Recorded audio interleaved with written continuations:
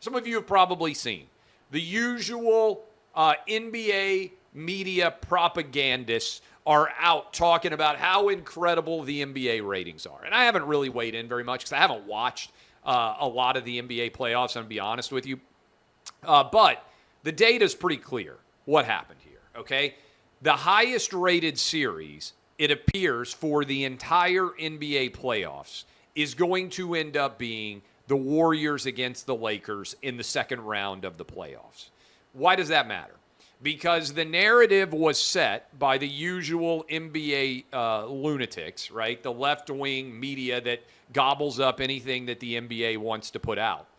They were like, oh my God, playoff ratings are unbelievable. And I said, you can go back and look, I said, no, they just got the Warriors and the Lakers in the second round, and it's going to be the highest rated series of the entire playoffs. Think about that for a minute. More people were interested in Warriors-Lakers in the second round of the NBA playoffs than are watching the Eastern or Western Conference Finals. In fact, right now, the Eastern Conference Finals are down a little bit off of last year, and the Western Conference Finals are up a little bit, right? There's not very much difference in those ratings, roughly flat, and if they end up in sweeps, fewer people are going to watch maybe than ever, and we're headed towards an NBA Finals, which will not be watched that much. And some of you out there are like, well, I don't know why people are not going to watch. I love the Nuggets, and I love the Heat, and I love Jimmy Butler, and I like Jokic, and I like Murray, and okay, I get it.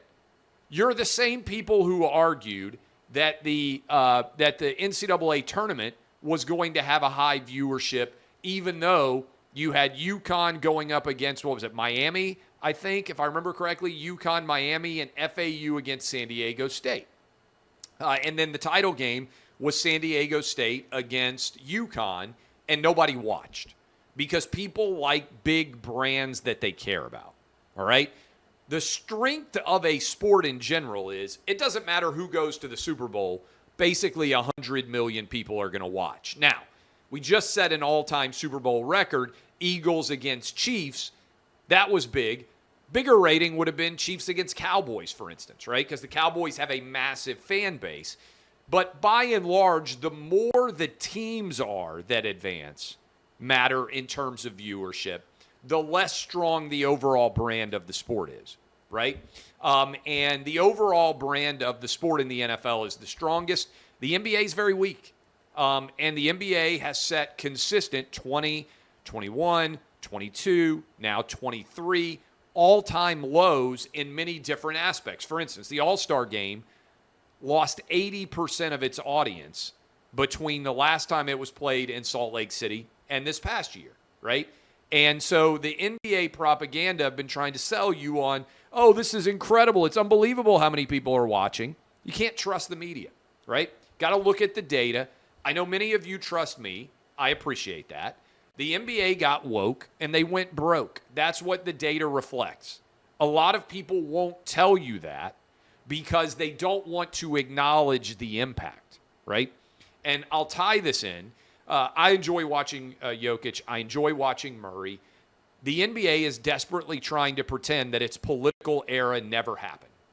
I think the legacy of LeBron James is he destroyed much of that which Bird and Magic and Jordan built. And I think I endorsed this movie on this show a while back. Go watch Air. Air is such a phenomenal movie about Michael Jordan, Phil Knight, Nike signing Michael Jordan, and how they came to become a prominent force in basketball. Jordan and Magic and Bird understood that they had to sell basketball to the American audience. They worked desperately to make you like them. Today's NBA players, because of the way the cable and satellite bundle is set up, and because of how disconnected their salaries are from attendance and television viewership and all those things, think that what they do doesn't matter. And that's really the legacy of, for instance, the load management aspect. Hey, I'm just not going to play tonight, right? Even his final year, when he was over 40 playing for the Wizards, I believe I'm correct, Michael Jordan played in 82 games. The Jordan, the Barkley, the Ewings, the John Stocktons, the Karl Malones, that era of the NBA, the 90s, they were trying to sell you on their product being awesome. And they wanted you to be a fan, regardless of what your background was. And then LeBron came along, and he recognized that he was never going to be Jordan. I think he got frustrated, and so he decided that he was going to be Muhammad Ali instead. The difference is Muhammad Ali actually stood up for things that matter, and also Ali was smart. I'm not sure LeBron's very smart on anything other than basketball.